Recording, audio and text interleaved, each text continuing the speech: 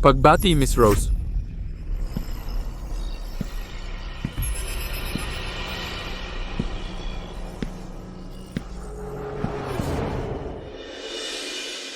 Nandito ka na naman. Paliwanagan mo ako.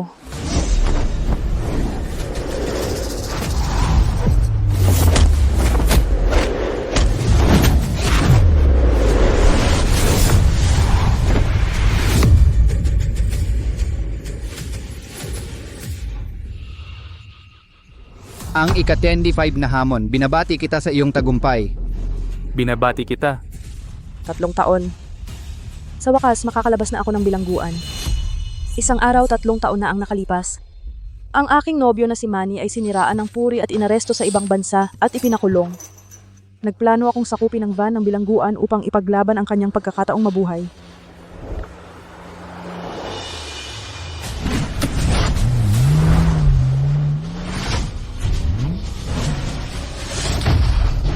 At ako ay nahatulan ng pagsakop sa van ng bilangguan at ipinakulong sa pinakamalupit na lihim na bilangguan. Putang ina, nasa black site ka, ang kapal ng mukha mo. Maniwala ka o hindi, kantutin ka namin dito mismo. Ang puting ito, masarap sigurong kantutin. Akala ko mamamatay ako sa black site na ito hanggang sa pagdating ni Ned ay nagbigay sa akin ng pag-asa na mabuhay. Takbo, darating ang nakakatakot na matanda. Swerte mo. Ang makakaligtas ay ang pinakamalakas ang patakaran sa black site. Upang mabuhay, kailangan ikaw ang gumagawa ng batas. Mula ngayon, tuturuan kita.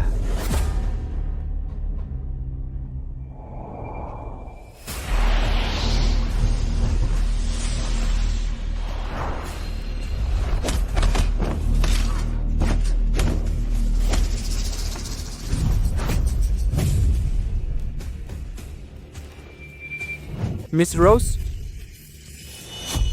Nanalo ako, Ned. Ngayon, pwede mo bang sabihin sa akin ang tunay mong pagkatao? Ako ang pinuno ng Carefree Sex sa Sarin. Ano? Siya ang pinuno ng unang sect ng martial arts sa Sarin, ang pinuno ng Carefree Sect? Kaya pala siya napakalakas na walang sino man dito ang nangangahas na sumalungat sa kanya. Pero paanong ang isang taong napakalakas ay papayag na makulong sa isang lugar tulad ng Black Site?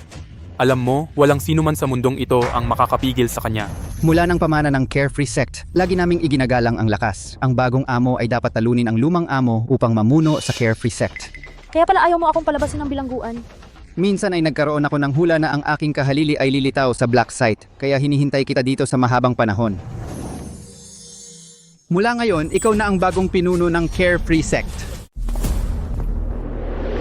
Gang Rose, sa lahat ng mga tao na ito, sa iyong utos, lahat ay tumulong sa iyong nobyo upang maging matatag sa buhay. Ang South Group na nasa ilalim ng kanyang pangalan ay naging unang grupo sa lungsod ng dagat. Ang halaga nito sa merkado ay lumampas sa 100 bilyon. Hindi masama, mahusay. Ito ang dapat naming gawin. Siya nga pala, narinig ko na pinalaya ka ngayon. Ang mga bigating nakinabang sa iyo ay naghanda na upang salubungin ka. Wag na, nagmamadali akong makita ang aking nobyo. Paalam, Gang Rose.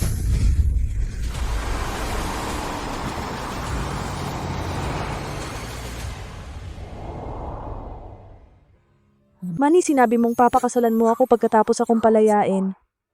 Tiyak na napakasaya mong makita ako.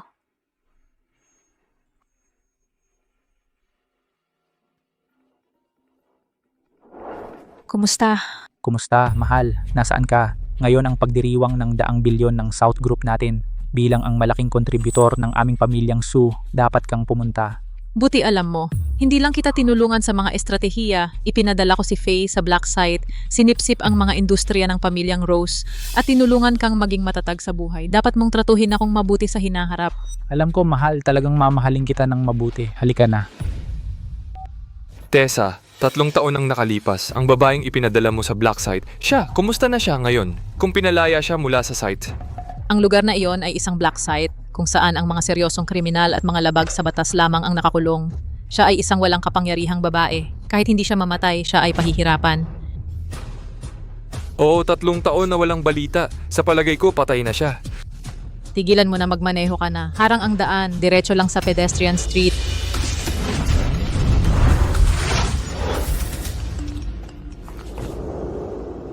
Faye, kung hindi mo ako tinulungan noon, wala ang ngayong number 1 na Tiger Gang sa ilalim ng lupa sa Sarin. Kaming dalawang magkapatid ay narinig na pinalaya ka mula sa bilangguan ngayon. Kami ay handang gumastos lahat ng aming pera upang makita ka. Faye, kamakailan ay nagtatag ako ng Yaozong Gang sa mga ilog at lawa. Nagtatag ako ng Life Weaver Sect. Ito ay nangunguna sa mundo ng martial arts sa Sarin. Hanggat handa kang sumali, maaari akong mag-alok ng anumang kondisyon. Ang mga ito ay talagang baliw. Lahat sila ay kailangang makita ako.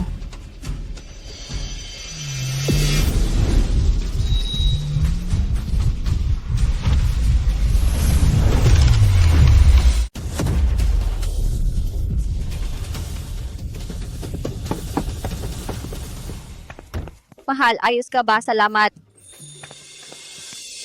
Hindi ka ba marunong magmaneho? Bakit hindi mo na lang siya sagasaan?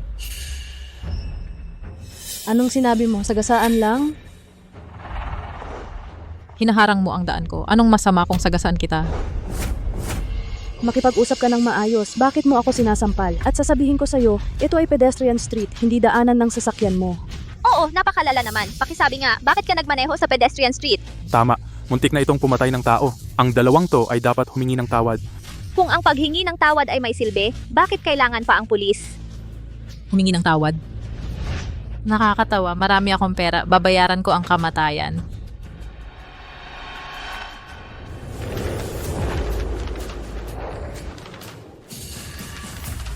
Tama na ba ito? Kung hindi, susulat ako ng tseke. Ikaw ang magsabi ng presyo. Nakita mo, gamit ang pera, magagawa mo ang gusto mo. Gusto mo man o hindi, tanggapin mo. Sinasabi ko sa'yo, ako si Tessa Reed. Tandaan mo yan. Tessa, tama ba? Naalala ko yan. Pero gusto ko ring sabihin sa'yo na ang mga taong tulad mo, marami akong nakitang tulad mo sa site at iisa lang ang kahihinatnan mo. Kaya mo akong saktan? Buwisit, kaya mong saktan ng kapatid ko, di ba? Ibaba ko siya at ikaw ang susunod. Subukan mo ako.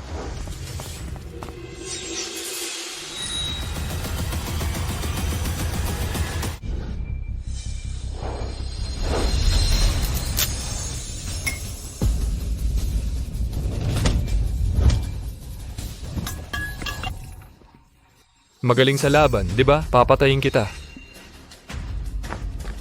Ay naku, nagmamaneho siya para manakit ng tao.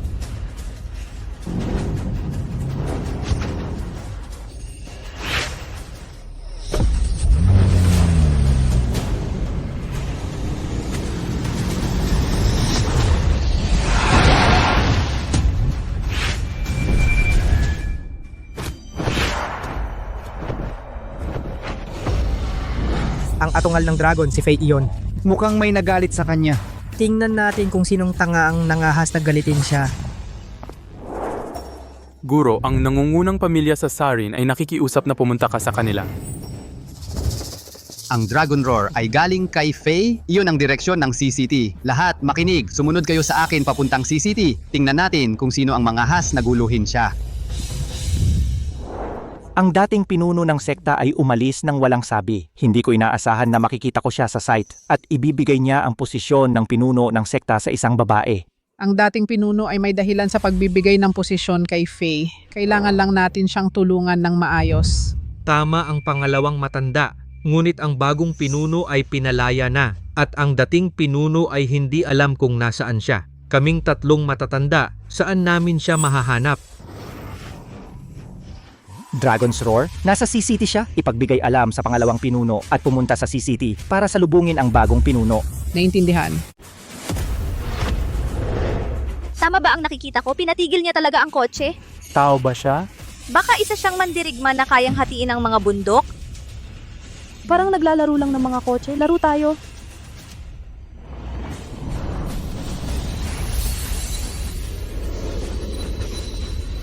Ibaba mo ako. Ibaba mo ako.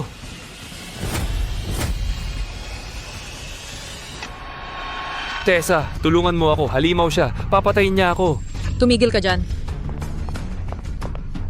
Alam mo ba kung sino ako? Ako ang asawa ng presidente ng South Group. Ano ang sinabi mo? Asawa ng presidente ng South Group. Tama. Ang kapatid ko ay ang South Group's asawa ng presidente. Sa CCT, walang nangangahas na sumalungat sa South Group. Ang presidente ng South Group, ano ang pangalan ng asawa mo? Manatiling matatag. Baka mabasa ang pantalon mo kapag sinabi ko ang pangalan niya. Ang asawa ko ay si Manny, ang presidente ng South Group. Manny, ang presidente ng South Group. Manny! Imposible, hindi niya to gagawin sa akin. May hindi pagkakaunawaan. Nawalan ka ng dila, natatakot. Ngayon lumuhod ka at yumuko sa amin para humingi ng tawad. Baka iligtas ng bayaw ko ang buhay mo. Hugo! Ngayong alam mo na ang asawa ko ay si Manny at sinaktan mo pa rin ang kapatid ko, hinahanap mo ang kamatayan. Kilala ko si Manny. Siya nga ang presidente ng South Group. Pero bakit mo sinasabi na asawa mo siya? Mukhang magsisisi ka na lang kapag huli na ang lahat. Tingnan mo itong marriage certificate. Sabihin mo, asawa ko ba siya? Si Manny nga. Nagparehistro sila ng kasal sa araw na ipinakulong ako. Kaya pala hindi siya nagpadala sa akin ng balita sa loob ng 3 taon.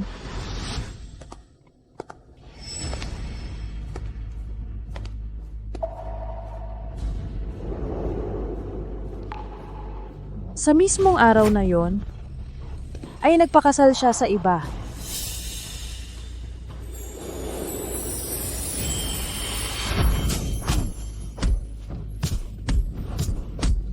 Tinulungan kitang ibagsak ang Rose Group, hindi ba dapat mo akong pasalamatan?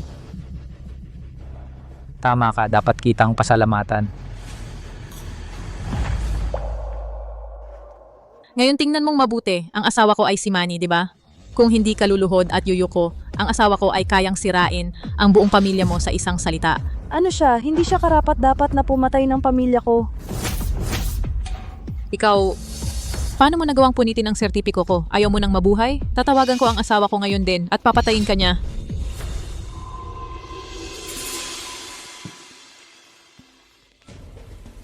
Kumusta, mahal? Magsisimula na ang selebrasyon. Nasaan ka? Mahal, nagkaproblema kami ni Hugo. Anong nangyari? Nakasalubong namin sa daan ang isang baliw na babae. Sinaktan niya kami at pinunit ang marriage certificate namin. Manny, napakatapang ng babaeng ito. Pinaikot pa niya ang kotse ko. Pumunta ka at iligtas mo kami.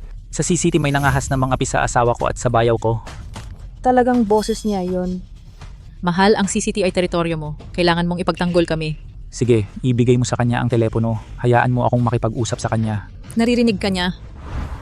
Ito si Manny, presidente ng South Group. Maganda ang mood ko ngayon, pumipirma ng kontrata sa area group. Ayokong makakita ng dugo. Lumuhod ka, humingi ng tawad sa asawa ko at sa bayaw ko. At baka iligtas ko ang buhay mo.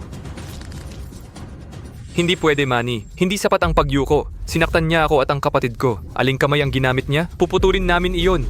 Walang problema, puta, narinig mo yon. Lumuhod, humingi ng tawad at putulin ang isang braso at hahayaan kitang mabuhay. Sige, hayaan mong ipakita ko sa iyo kung sino ang dapat lumuhod. Puta, anong ginawa mo?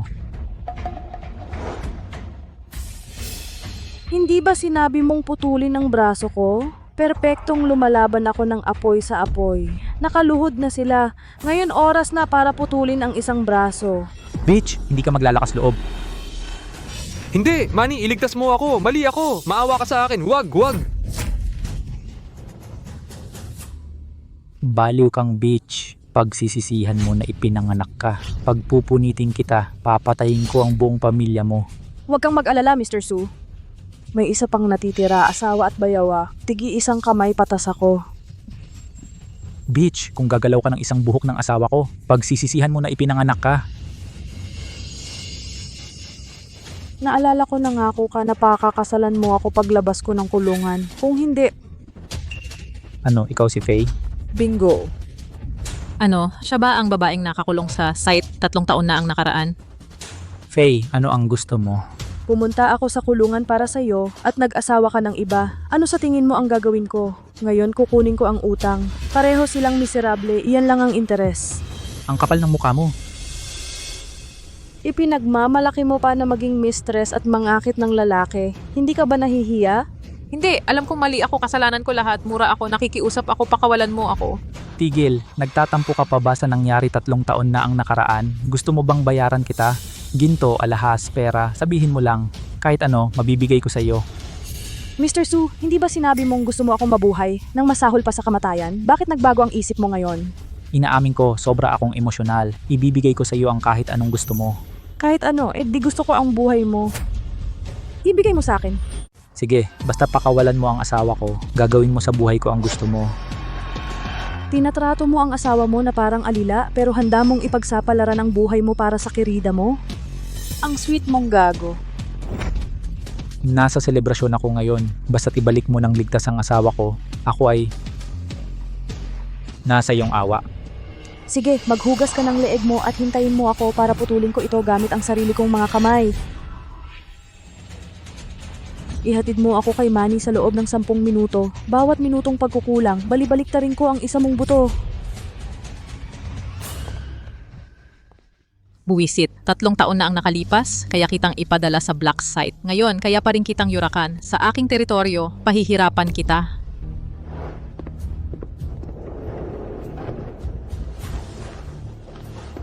Nakagagalit. Mr. Su, ngayon ang iyong malaking araw. Ano ba ang ikinagagalit mo? 3 taon na ang nakalipas, si Faye ang ipinadala sa black site. Lumabas na, kinidnap niya ang asawa ko at ang bayaw ko. Papunta na siya rito ngayon. Ano? Buhay pa pala ang babaeng iyon? Hindi lang nakaligtas ang babaeng iyon, marami siyang natutunang kakayahan. Narinig ko sobrang lakas niya, kaya niyang ihataw ang kotse gamit ang isang kamay. Mga makapangyarihang tao kami sa CCT, meron kaming mga eksperto, kaya ba niyang baligtarin ang mundo?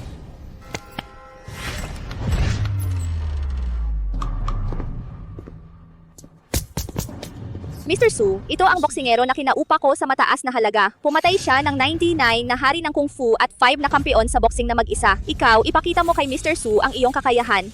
Patawarin mo ang aking mahinang pagganap.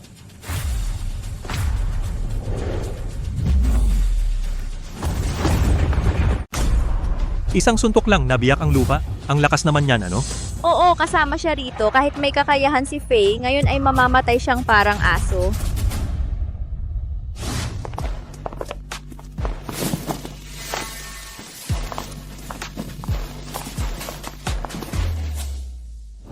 Talagang hindi ka matatalo. Pakiusap, tulungan mo akong pabagsakin si Faye. Huwag kang mag-alala, Mr. Su. Babae lang siya. Kaya ko siyang patayin sa isang suntok. Mabuti. Tagay kita. Pagdating ng babaeng iyon, pira-pirasuhin mo siya. Mawawala ang galit ko. Opo.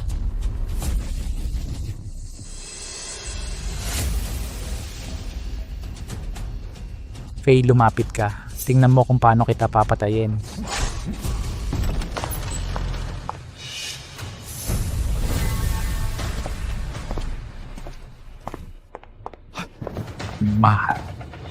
Mahal, pinilayan ng babaeng iyon ang kapatid ko at sinaktan ako. Balibaliktarin ko ang buto niya at kakainin. Walang matitirang laman. Huwag kang mag-alala. Pinlano ko na ang pagkamatay niya.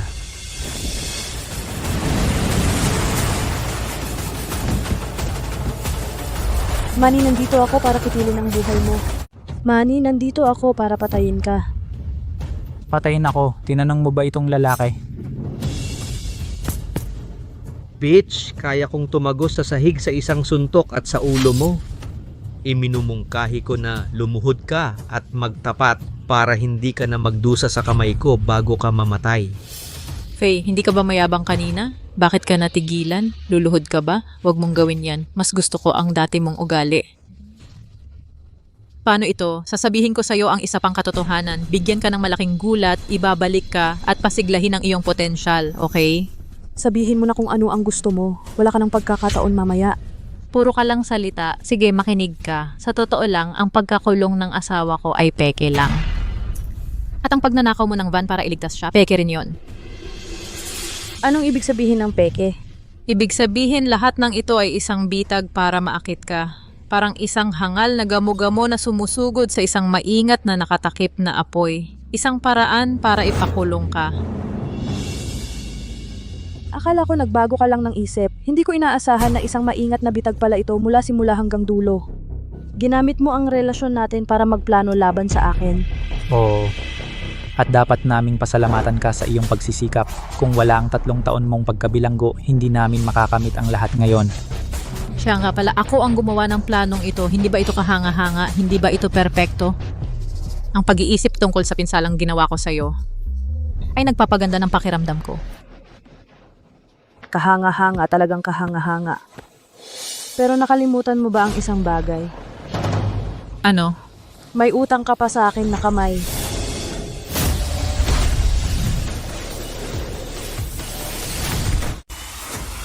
Mahal. Kamay ko. Faye, naghahanap ka ng gulo. Patayin mo siya para sa akin. Buwisit, mamatay ka.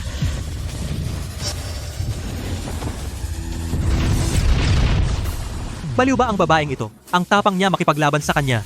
Oo, kaya niyang basagin ang lupa sa isang suntok. Ang suntok na ito ay malamang pumatay ng elepante. Naghahanap siya ng gulo. Ang ingay.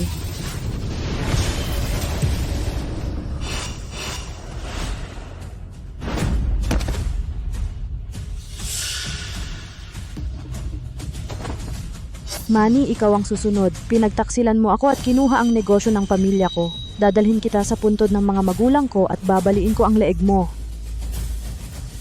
Faye, huwag kang masyadong mayabang. Hindi pa ako tapos.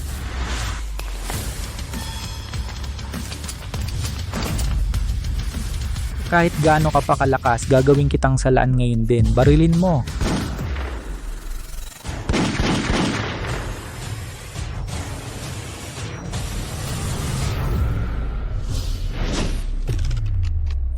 Ito ay formularyo ng eterification? Ang babaeng ito ay talagang isang manlalaban. Kaya pala pinatay niya ang boksingero sa isang suntok. Nararapat lang siyang mamatay. Manlalaban siya. Takbo. Huli na.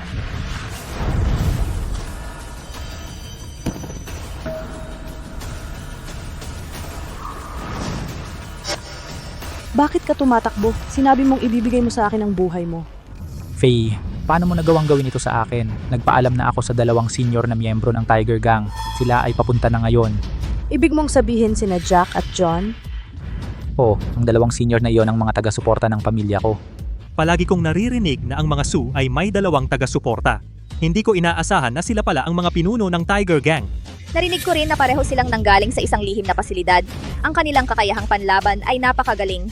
Oo, sinasabing sila ay maling ipinadala sa lihim na pasilidad. Nang makalabas sila, pinatay nila ang lahat ng kanilang mga kaaway. Siya ay haharap sa kanila. Tiklo si Faye ngayon. Faye, pakawalan mo ang asawa ko. Pagdating ng 2 senior na iyon, mapupunit ka ng pira-piraso. Ano ang 2 loko-loko na ito? Kailangan nilang lumuhod kapag nakita nila ako. Faye, paano mo nagawang insultuhin ang 2 senior na yon? Sino ang may kapal ng mukha na magpaluhod sa amin? Sino ang may lakas ng loob na magpapaluhod sa amin? Faye, sawi ka na. Mga senior, dapat ninyong ipaglaban ako. Ang babaeng ito ay umaasa sa kanyang pagiging martial artist para putulin ang aking kabuhayan at kunin ang aking pundasyon. Wala akong pagpipilian kundi hilingin sa inyo na lumabas sa pagre-retiro. Miss, ngayon ay pupunta tayo sa makipagkita sa isang mahalagang tao. Wala kaming oras na sayangin sa iyo. Magpakamatay ka para humingi ng tawad. Magpakamatay ako para humingi ng tawad? Hindi ka karapat-dapat dyan. Hinahanap mo yan.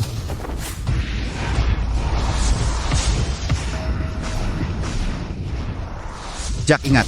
Buksan ang Golden Bell Shield.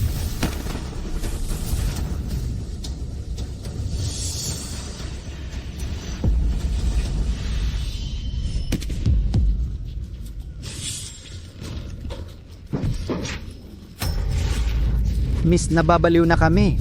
Patayin mo kami, hindi na namin kaya ito. Tumahimik ka, kaya kung pigilan kayong mabaliw, makipagtulungan lang kayo, paikutin ang inyong enerhiya ngayon din.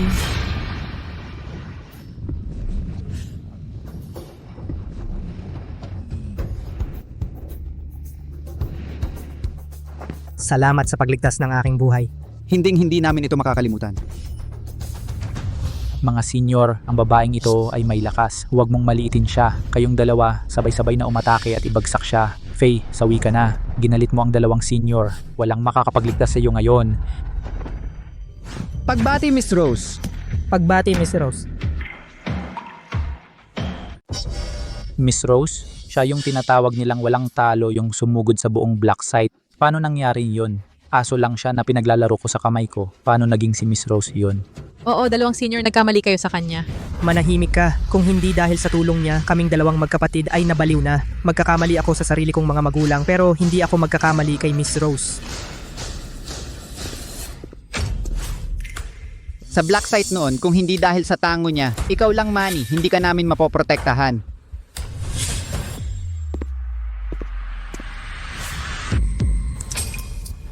Matalino ka. Ikaw, anong ginagawa mo?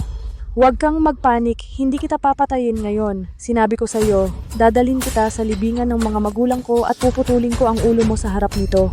Hindi, dito maaari. Huwag. Huli na para matakot. At sila, kunin ang 3 pinakamaingay na sumigaw, dalhin sa libingan ng mga magulang ko. Luluhod sila o mamamatay. Naiintindihan. Huwag. Alice, Anong kapal ng mukha mong gawin to sa amin? Hindi ka tatakas sa tatay ko. kahit dumating ang tatay mo, ano naman? Ganun ba?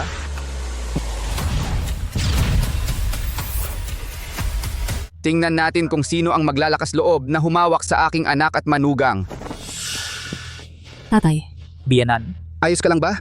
Tatay, binali nila ang braso ko at braso ni Hugo at sinubukan kaming patayin. Biyenan, ang babaeng ito. Gusto niya kaming patayin. Kailangan mo kaming iligtas. Huwag kang mag-alala, nandito ako. Hindi ka nila magagalaw. Anong tapang mo para atakihin ang Tiger Gang namin? Gusto mo bang maging kaaway namin? Ang Tiger Gang ay isang maliit na gang lamang. May karapatan ka ba hamunin ang Life Weaver sect namin? Ano, Life Weaver Sect? Oo, ang tatay ko ay alagad ng Life Weaver sect. Mapapahamak ka ngayon. Miss Rose, ang sektang ito ang nangungunang sektang sa mundo ng sining pandigma ng Sarin. Ang pinuno nito ay maaaring pumatay gamit ang isang karayom sa kanyang kaliwang kamay at magpagaling ng mga tao gamit ang kanyang kanan. Nasa gulo tayo. Life Weaver Sect, hindi ba yan ang gang ni Ben? Itong si Wade ay isa ring panloob na alagad ni Ben. Kawili-wili. Ikaw ang Miss Rose ng Black Site, umaasa sa Tiger Gang para hawakan ang aking anak at manugang. Hindi ko nais na patayin sila, ngunit para sa kanilang mga krimen, kamatayan lamang ang makatubos. Anong tapang mo? Kahit na sila ay gumawa ng pinakamalaking krimen, hindi mo sila dapat husgahan. Pinapayag mo ang mga krimen ng iyong anak, pinagkakamalan ang tama at mali at wala kang birtud.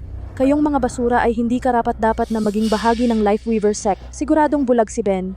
Anong tapang mong walang galang sa aking amo? Hinihingi mo yan! Miss Rose, mag-ingat. Ang taong ito ay umabot na sa Grand Realm. Grand lang. Hindi ko inaasahan na ang isang babae ay may ganyang lakas. Paano kung ganito? Maging tripod ka ng aking furnace para tulungan akong maglinang at ililigtas ko ang iyong buhay. Sana. Sige, sige. Ikaw na mayabang na hangal. Hindi mahalaga kaya kitang patayin at kunin ang iyong esensya. Ang aking paglinang ay tataas pa rin.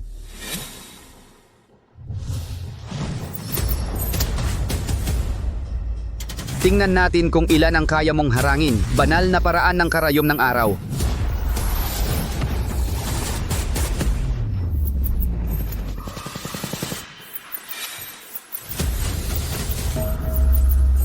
Banal na paraan ng karayom ng araw.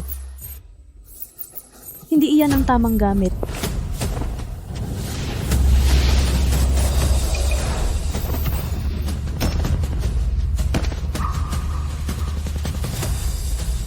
Paano nangyari iyon? Paano na ang isang pilak na karayom ay makakasugat ng malala sa biyenan ko? Imposible. Ang tatay ko ay makapangyarihan, lakas sa Grand Realm. Paano siya matatalo? Ikaw, bakit ginagamit mo ang pamamaraan ng sektang ito? Dahil nandito ka na, bakit hindi ka magpakita? Guro, nandito ka na. Ito pala ang pinuno ng Life Weaver sect. Guro, ang taong ito ay sobrang mabagsik. Ninakaw niya ang lihim naming pamamaraan, Divine Sun Needle Method, at sinaktan niya ako. Pakiusap, Guro, arestuhin niyo siya. Ano, ito ang pinuno ng Life Weaver sect, Ben? Narinig ko na ang lakas niya ay lumagpas na sa Grand Realm at umabot sa tuktok ng Divine Realm. Siya ay isang walang katulad na makapangyarihan. Sa tulong ng pinuno ng sektang ito, tiyak na mamamatay si Faye. Ngayon, ligtas na tayo. Pagbati, Miss Rose. Guro, para saan ito? Siya ay isang maliit na leader mula sa itim na lugar at ikaw ang guro ng nangungunang sekta. Bakit mo siya ginagalang ng ganoon? Tumahimik ka. Guro! Ang banal na paraan ng karayom ng araw ay ipinasa sa akin niya. Kung mayroon man, siya ang aking guro. Pakawalan mo siya. Sino ka ba? Sabi mo pakawalan siya, susundin namin? Isa kang mahinang babae. Bakit hindi ka sumama at makipagsaya sa amin? Naghahanap ka ng kamatayan.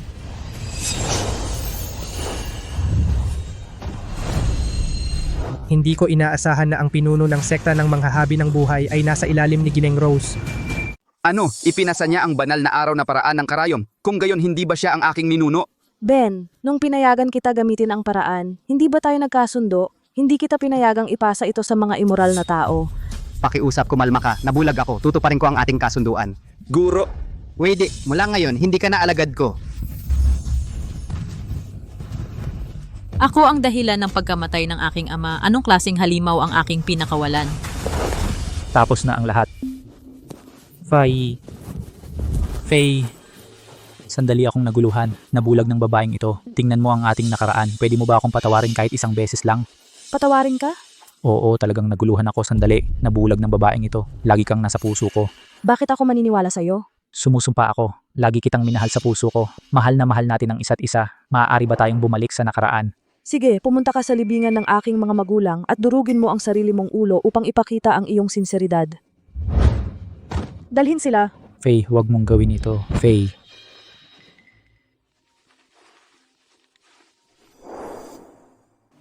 Ano? Miss Rose, may mali. Mga tao mula sa Rose Village, hinuhukay ang libingan ng iyong mga magulang. Ano? Bilisan hukayin ang mga libingan ng dalawang salot na ito. Tigil. Ano ang ginagawa mo? Ikaw gago na reforma sa paggawa. Paano ka nangahas magtanong? Kung hindi ka nakalabas ng bilangguan at ginambala si Mr. Su at ang kanyang asawa, mapupunta ba kami sa lugar na ito para hukayin ang mga libingan ng iyong mga magulang? Sina Manny at Tessa ay nagplano para maipabilanggo ako. Pumunta ako upang makipag-areglo sa kanila. Ano ang mali doon? Tahimik, maling daan ang iyong tinahak noong ninakawan mo ang van ng bilangguan at napunta sa black site. Wala iyon kinalaman sa kanila. Tama, huwag mo silang siraan. Ikaw, kriminal, binabalaan kita. Huwag mo nang ulitin iyon. Kung pagagalitin mo sila at hindi ma-demolish ang aming mga bahay, ikaw ang magiging makasalanan ng Rose Village. Ano? Para sa demolisyon ng South Group, binaliwala mo ang katotohanan at binaliktad ang tama at mali? Ano ngayon? Kahit na ang mga katotohanan ay kung ano ang sinasabi mo, hindi ka dapat nakalabas ng bilangguan at ginambala sina Manny at Tessa na sinisira ang lahat ng aming interes. Oo, tama yan. Kaya hinuhukay mo ang libingan ng aking mga magulang para lang sa kita upang ipakita sa South Group ang iyong sinseridad? Tama yan. Malaki ang tulong ng aking mga magulang sa inyo noong sila ay buhay pa. Kung may matatanda, binayaran ng aking mga magulang ang kanilang pensyon. Kung may mga anak kayo, binayaran ng aking mga magulang ang mga scholarship. Sinuportahan nila kayong lahat sa pamamagitan ng aking kumpanya. At ngayon ganyan ang trato ninyo sa kanila? Tao pa ba kayo? Kahit gaano pa karami ang ibinigay nila, patay na sila. Ang mga patay ay hindi kasing halaga ng mga buhay. Hukayin ninyo. Daniel, humarang siya. Walang makakapigil sa atin ngayon. Dudurugin natin siya at magpapatuloy. Kung may magiging problema, kami ang mananagot. Oo, kami ang mananagot. Hukay. Hukay.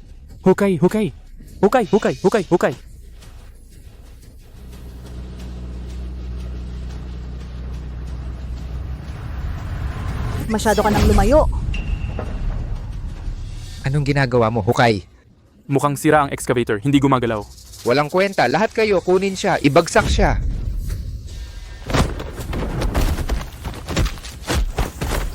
Mga walang kwentang tanga. Daniel, sobrang lakas ng babaeng ito, hindi ko siya matalo. Ang South Group ay nagkakahalaga ng daan-daang bilyon. Marami silang eksperto. Ang pagpatay sa iyo ay parang pagpatay ng manok. Ibig mong sabihin, kaya ako patayin ng mga idiotang ito? Daniel, paano naman sina Manny at Tessa ay nagkaganoon din ang pagkatalo? Oo, ano na ang gagawin natin ngayon? Tapos na. Tayo ay tapos na. Tumahimik ka? Faye, ikaw, isang nagbagong kriminal. Baliw ka ba? Pakisama mo sila ng ganyan? Si Manny ay nagkakahalaga ng daan-daang bilyon at ang ama ni Tessa ay isang panloob na disipulo ng pinakamalaking gang sa mundo ng martial arts. Manny, Tessa, kami mula sa Rose Village ay wala nang kinalaman kay Faye. Ang kanyang mga aksyon ay kanya. Mangyaring huwag mo kaming sisihin. Oo, wala kaming kinalaman. Mga walang hiya kayo. Ang aming sekta ay isang marangal at matuwid na orthodox na sekta. Hindi namin susuportahan ang mga buhong na tulad ninyo. Miss Rose. Miss Rose, ang isang sumakop sa black site? Paano ito nangyari? Nagha-hallucinate ba ako? Hindi ka nagha-hallucinate. Kahit ang leader ng sekta ay tinatawag siyang Miss Rose. Totoo ang kanyang pagkatao. at sinubukan naming hukayin ang mga libingan ng kanyang mga magulang. Lubos naming siyang nagalit. Faye, ikaw talaga ang black site na si Miss Rose? Ano sa tingin mo? Kung hindi ako, paano ko sisirain ang pamilya Reed? Paano yumuko sa akin ang leader ng sekta? Faye, sa ganyang makapangyarihang pagkatao, bakit hindi mo sinabi sa amin dati? Kung sinabi ko sa inyo dati, hindi ko sana nakita ang ganyang magandang palabas. Faye, lahat ito ay hindi pagkakaunawaan. Maari naming ipaliwanag.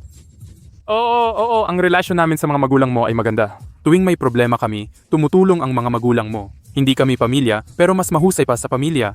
Oo, parang pamilya. Talagang may mga hindi pagkakaunawaan. Tumahimik ka. Paano mo nagawang banggitin ang mga magulang ko? Ginawa nila ang lahat para sa inyo at hinukay ninyo ang kanilang mga libingan para sa sarili ninyong kapakanan. Faye, Tumahimik ka rin. Dati mo akong tinatawag na reformadong preso. Ngayong alam mo na ang aking kapangyarihan tinatawag mo akong Faye. Hindi ba't nakakadiri ka? ako... Jack! Narito. Bawat tao rito, hukayin ninyo ang kanilang mga puso at atay. Gusto kong makita kung itim ba ang mga ito. Opo. Alam naming mali kami, maawa ka sa amin. Faye, maawa ka lang at aakayin ko ang buong nayon upang yumuko sa libingan ng iyong mga magulang at humingi ng tawad. Tatawagan ko na ang buong nayon. Kumusta? Sige. Tayo ka. Sasabihin ko sa inyo kahit siya ang black site Miss Rose, wala siyang magagawa sa atin ngayon. Daniel, anong ibig mong sabihin? Kakatawag ko lang, ang ama ni Manny ay sumali na sa malayang sekta at naging espesyal na sugo sa ilalim ng pangalawang pinuno ng sekta. Ano? Ang malayang sekta ang numero 1 sa sining pandigma? Bagamat ang sekta ng manghahabi ng buhay ang una sa mundo ng sining pandigma, ang malayang sekta ang may pinakamataas na antas ng pagsasanay, ang numero 1 sa ating bansa. Halika, kalagan mo si Manny at Tessa. Sige.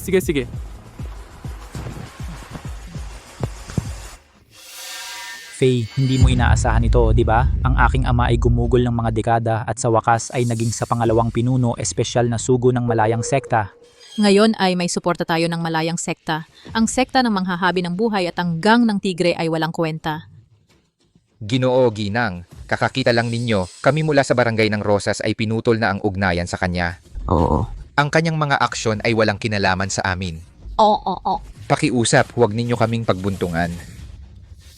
Sa tingin ko may talento kang maging aso. Bakit hindi ka na lang maging bantay aso ko? Sige. Ako ang pinakatapat na aso ng pamilya Su.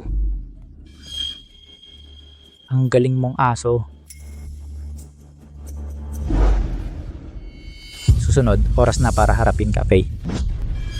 Bastardo, pumunta ka rito agad. Lumuhod ka at humingi ng tawad kay Ginoong Su at Ginang.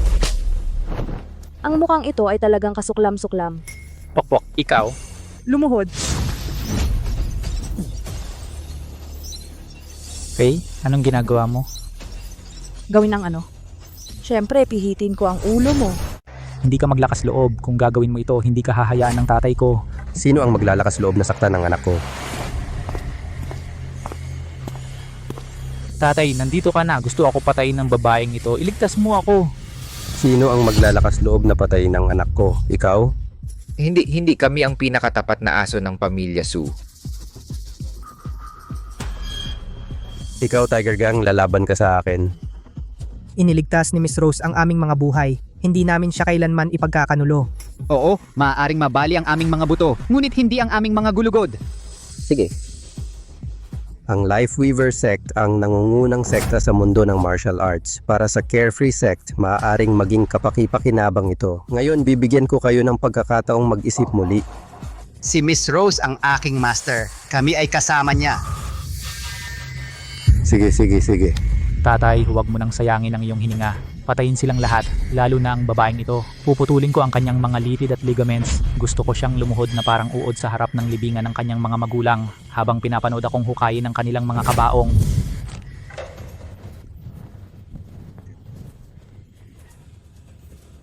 Anak. Patay. Faye. Paano mo nagawang patayin ang anak ko?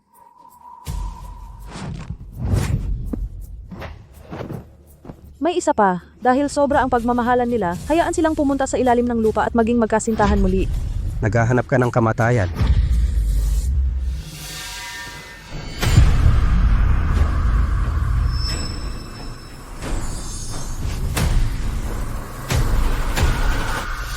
Ang aura na ito ay nasa antas ng kalahating Diyos. Paano naging posible iyon? Ang dakilang antas ay namamahala sa mundo. Higit pa riyan, ang mga santo ay hindi matatalo. Ang antas ng kalahating Diyos ay ang rurok ng mga mortal.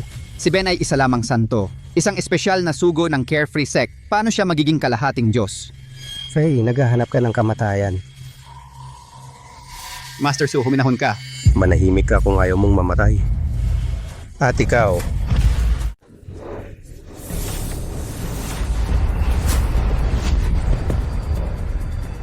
Sapat na ba ang saya? Kung sapat na, lumabas ka.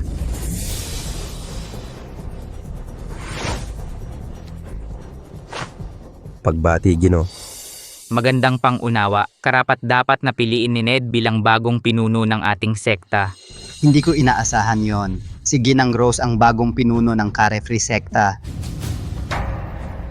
Siya ang bagong pinuno ng Carefree Sekta? Gino, nagkakamali ba kayo? Siya? Paano siya naging bagong pinuno ng sekta? Hindi ako nagkakamali. Ang sagisag sa kanyang baywang ay ang sagisag ng pinuno ng Carefree Sekta. Ito. Totoo ito. Siya ang pinuno ng sekta. Takot? Ako. Hindi ako. Ginoo. Ilang taon na ninyong pinapatakbo ang Carefree Sekta. Mahusay ang ginawa ninyo. Kayo dapat ang bagong pinuno ng sekta. Tama ka. Simula nang umalis si Ned ng walang paalam, ako na ang namamahala sa Carefree Sekta. Marami na akong nagawa. Ako dapat ang bagong pinuno. Sa totoo lang, hindi ako interesado na maging pinuno ng Carefree Sect. Ano? Gusto mo bang ibigay sa akin ang posisyon? Pasensya na. Kahit hindi ako interesado na maging leader ng sekta, ayaw ko na may ibang kumukuha ng mga bagay mula sa aking kamay. Naghahanap ka ng kamatayan. Charlie, ang kapal ng mukha mo! Ang bagong posisyon ng leader ng sekta ay itinalaga ng dating leader ng sekta. Ano ang sinusubukan mong gawin? Pinamahalaan ko ang sekta sa loob ng maraming taon. Walang ambag ang makakapantay sa akin. Bakit hindi ako dapat maging leader ng sekta? Alam kong hindi ka nasisiyahan, pero ito ang utos ng matandang master. Walang maaring lumabag dito kung hindi... Kung hindi ano? Kung hindi, ikukulong ka at hindi na makakalabas. Kayo lang tatlo? Sabi nila ang pangalawang leader ng sekta ay isang mahusay na master, lakas sa antas ng kalahating Diyos. Ngayon, kami ilang matatanda ay magtuturo sa iyo ng leksyon. Buo ng pormasyon.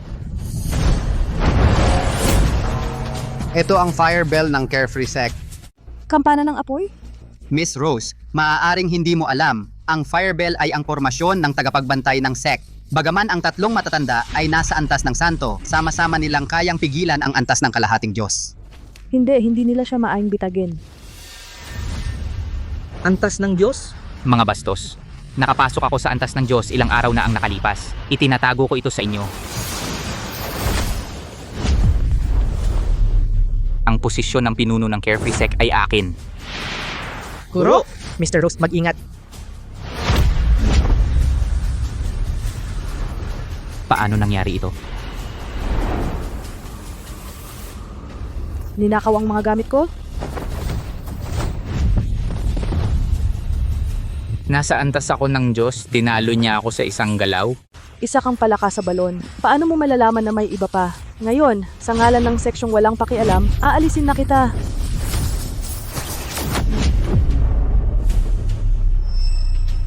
Nagtanim ako ng tatak ng kidlat sa tatlong iyon. Kung papatayin mo ako, papuputukin ko ito at isasama sila sa akin. Guro, huwag kang mag-alala sa amin. Patayin mo siya agad. Alisin mo ang peste na ito sa aming sekta. Tumahimik ka o papatayin kita ngayon. Sabihin mo sa akin ano ang gusto mo. Gusto kong ipasa mo sa akin ang iyong mga kakayahan sa buhay. Gusto kong maging pinakamalakas sa mundo. Miss Rose, hindi ito maganda. Sakim ang taong ito. Kung ipapasa mo ang iyong kapangyarihan sa kanya, tiyak na papatayin ka niya. Huwag mong gawin ito, Miss Rose. Guro, pabayaan mo na kami. Tumahimik ka, Faye. Ipapasa mo ba ito o papatayin ko sila? Hindi ko sinabing hindi ko gagawin. Natatakot lang ako na hindi mo kakayanin. Hanggat kaya mong ibigay, kukunin ko. Sige, ibibigay ko na ngayon. Guro. Huwag. Miss Rose, huwag.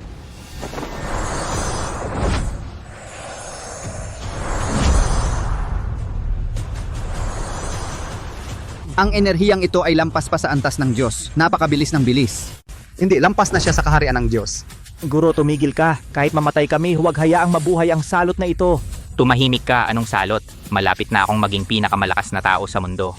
Binabati kita, nakuha mo na ang gusto mo upang maging bagong pinuno ng sekta, hindi ang pinakamalakas sa mundo. Hindi mo ba sinabi na hindi ko kayanin? Nasa itaas na ako ng kaharian ng Diyos. Ang katawan ko ay 100 beses mas malakas kaysa sa iyo. Talaga? Ni 1% ka man lang ng aking kapangyarihan. Bibigyan kita ng 10 segundo bago sumabog ang katawan mo. Nalampasan ko na ang kaharian ng Diyos na Master. Hindi mo ako kayang takutin. Nalampasan ba niya iyon ng ganoon kabilis? Hindi ko inaasahan na si Miss Rose ay napakalakas. Kaya naman siya ang naging bagong pinuno ng sekta ng walang alalahanin. Anong silbi ng kanyang lakas? Ang kanyang kapangyarihan ay malapit ng maging akin. 3 segundo na lang ang natitira sa'yo. 3, Hindi ako naniniwala, huwag mo akong takutin. 2. Malapit na akong maging ang pinakamalakas na tao sa mundo. Walang makakapigil sa akin. 1. Hindi mo ba sinabi na hindi ko tatagal ng 10 segundo? Maayos naman ako. Anong nangyayari? Dahil masyadong mahina ang iyong pundasyon, hindi mo kaya ang aking kasalukuyang kapangyarihan. Ang iyong mga meridian ay lahat sira. Sasabog ka at mamamatay sa susunod na segundo. Hindi. Imposible. Nalampasan ko na ang antas ng Diyos na Master. Ang katawan ko ay hindi matatalo.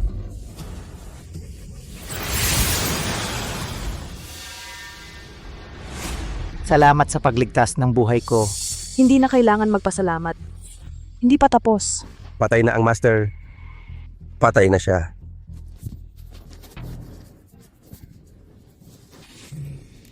Tapos na ang komedyang ito. Mga elder ng Carefree Sect, batiin ang master. Tumayo kayo. Salamat. Miss Rose, ano ang gagawin sa mga taong ito? Dalhin sila. Hukayin ang kanilang puso at baga. Tingnan kung itim ang mga ito. Master, pakiusap, pakalmahin ang sarili. Naging bulag kami. Luluhod kami at hihingi ng tawad ngayon din. Oo. Luluhod kami. Luluhod kami hanggang sa masiyahan ka. Pakiusap, iligtas ang aming mga buhay. Pakiusap, iligtas mo ako. Lahat umalis na tayo.